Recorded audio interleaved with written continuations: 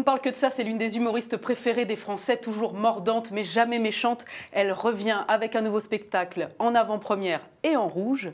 Anne Roumanoff, bonjour. Bonjour. Ce soir, c'est le grand soir. Oui, Qu'est-ce qui se passe ce soir? Alors, en fait, ce soir, je joue à l'Olympia, je crée mon nouveau spectacle à l'Olympia et c'est diffusé dans 169 cinémas, en France, en Suisse, en Belgique. Donc ça met une petite pression supplémentaire quand même. Vous avez une idée du nombre de gens qui vont vous regarder en même temps ce soir? À l'Olympia, c'est complet. Et dans les cinémas, lundi dernier, aujourd'hui, on était à 20 000 réservations. Donc, il y aura au moins 30 000 personnes, normalement.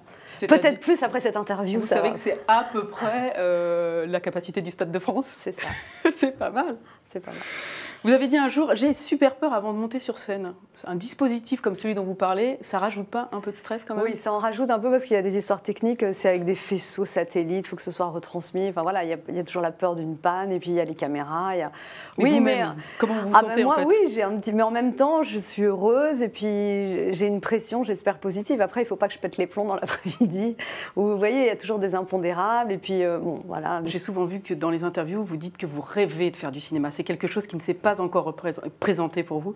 Et j'ai l'impression que pour vous, d'être diffusé comme ça dans 168 salles, vous touchez un peu du doigt quand même l'univers du cinéma. C'est sûr que c'est pas oui, vrai, ça me fait plaisir. Mais après, je rêve pas de faire du cinéma dans le sens où d'abord, j'ai 49 ans, je vais avoir 50 ans cette année. Oui. Et déjà, une femme, normalement, au cinéma, à partir de 25 ans, elle commence à être périmée comme un yaourt. Donc, personne ne démarre une carrière à 50 ans, à part Denise Gray dans La Boum, mais elle avait 75 ans. Donc, peut-être que je pourrais jouer des rôles de grand-mère après. Non, je sais pas, en fait, j'ai tourné des fois dans des films, mais j'ai jamais eu un dixième du plaisir que j'ai sur scène, à part de frimer en disant « Ah, je suis en tournage hein. ».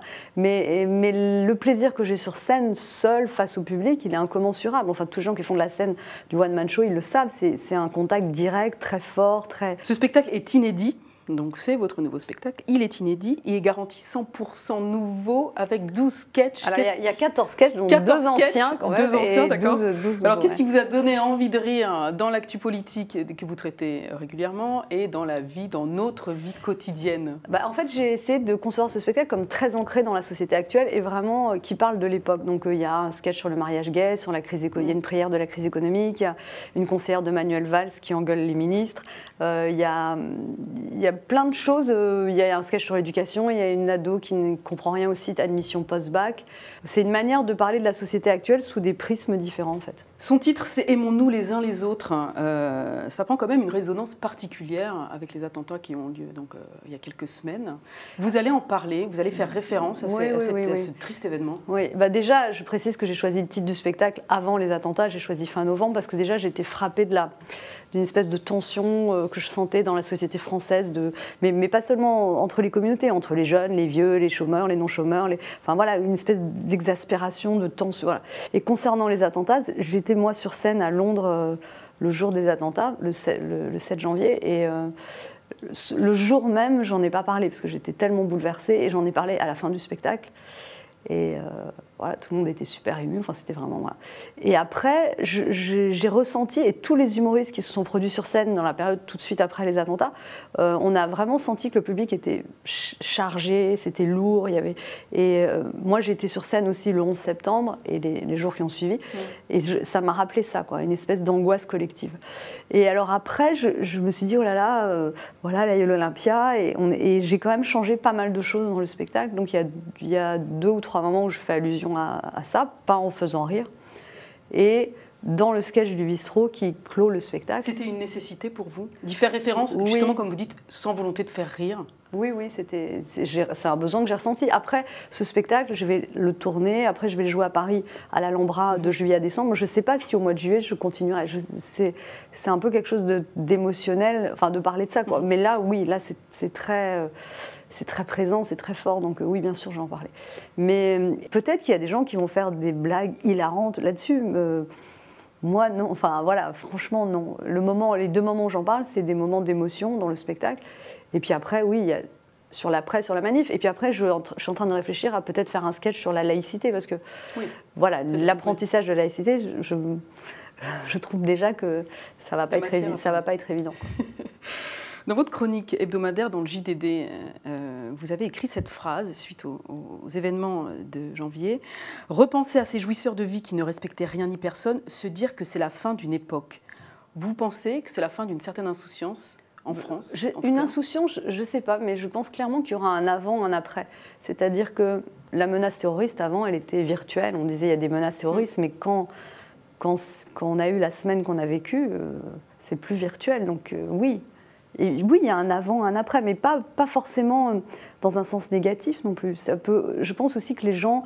Enfin voilà, j'ai trouvé très beau, moi, ce rassemblement des Français. J'ai trouvé aussi qu'il y a une prise de conscience aussi de la nécessité de la liberté d'expression. Tout d'un coup, c'est devenu quelque chose d'important. Et ce mot qui est dans la devise de la République, liberté, égalité, liberté auquel on ne fait absolument... On ne faisait pas attention, c'était comme un meuble, quoi. Pour moi, tout d'un coup, ça prend un sens très fort, quoi. Pour parler des attentats, est-ce que vous pensez qu'ils vont modifier, vous, de façon profonde, votre façon d'écrire? Et plus largement, est-ce que les humoristes français, en l'occurrence, vont aussi réadapter un peu leur façon de travailler et leur métier? Non, je pense pas. Au contraire, je pense que des gens qui font de l'humour beaucoup plus trash que moi, comme Tim Sid, Guillon, Alévèque, Didier Porte, tous ces gens-là, ils ont tout de suite dit on continue et on va être plus insolent que jamais en leur honneur. Et bien sûr, non, je pense pas. Bien sûr que non. Ça voudrait dire qu'on s'autocensure, ce serait terrible. Non. Je pense au contraire que chacun doit continuer dans son style et puis de dire les choses qu'il a envie à sa manière, quoi. Mais non, au contraire, je pense que au contraire, ça, c'est non, bien sûr que non.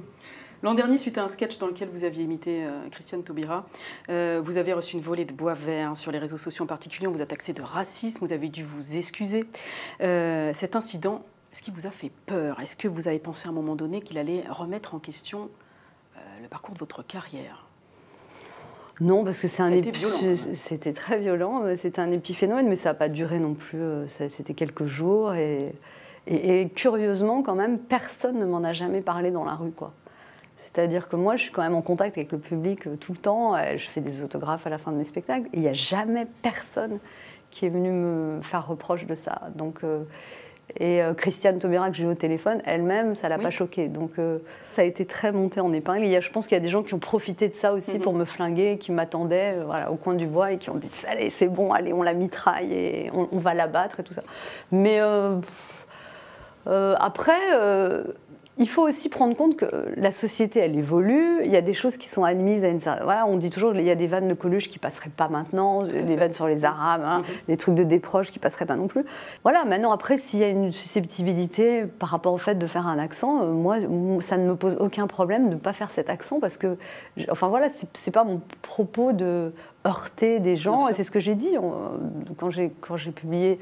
C'était pas des excuses parce que pour moi, je ne pense pas avoir mal agi, quoi, mais j'ai pris acte que là, en ce moment, c'était perçu comme quelque chose de choquant pour ça. Voilà, et donc, du coup, voilà. Et d'ailleurs, je ne fais pas cet accent. Dans votre nouveau spectacle? Non, plus jamais. J'ai dit, ça m'a traumatisée. Je ne parle plus jamais de Christiane Taubira et je ne fais plus d'accent. Vous disiez tout à l'heure, vous avez 30 ans de carrière et vous allez cette année fêter vos 50 ans. Ouais. Vous serez capable... je ne sais pas si on fête ses 50 ans, mais bon, je vais avoir 50 ans. Ouais. Vous allez profiter de ce moment, ou en tout cas de cet âge canonique, je dirais, pour laisser de côté... Vous savez quel âge vous devez dire ça? Je ne suis pas beaucoup plus jeune que vous, mais bon. Vous serez capable de laisser de côté la fille en rouge, de passer du tout au tout et de changer pour marquer le coup. Changer quoi? La coiffure, le rouge, de laisser tomber ce côté fille en rouge qu'on vous... Oui, mais en fait, déjà, là, sur scène, je fais des progrès parce que j'ai un pantalon noir, j'ai une veste noire, j'ai juste comme un aujourd'hui. Ouais.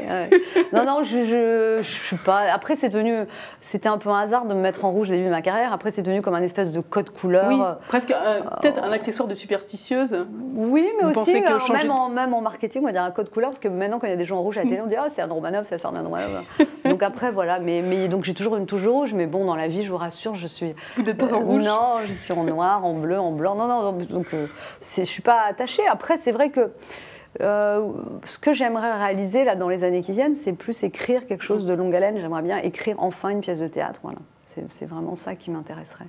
D'écrire autre chose que des sketchs. Parce que Mais il y a autant de différences entre écrire un article de journal et un roman qu'entre écrire un sketch et une pièce de théâtre. Donc c'est pas parce qu'on sait écrire un sketch qu'on sait écrire une pièce, mais j'ai quand même envie maintenant de passer à un format un peu plus long, peut-être être avec d'autres comédiens. Et moi, ce que j'aime dans le spectacle seul en scène, c'est que la lumière s'éteint et je suis quelqu'un d'autre à un autre endroit. Et voilà. Merci beaucoup Anne Romanoff d'être venue au Figaro pour parler donc de cet événement qui a lieu ce soir à l'Olympia, une avant-première de votre nouveau spectacle sur scène. Ouais.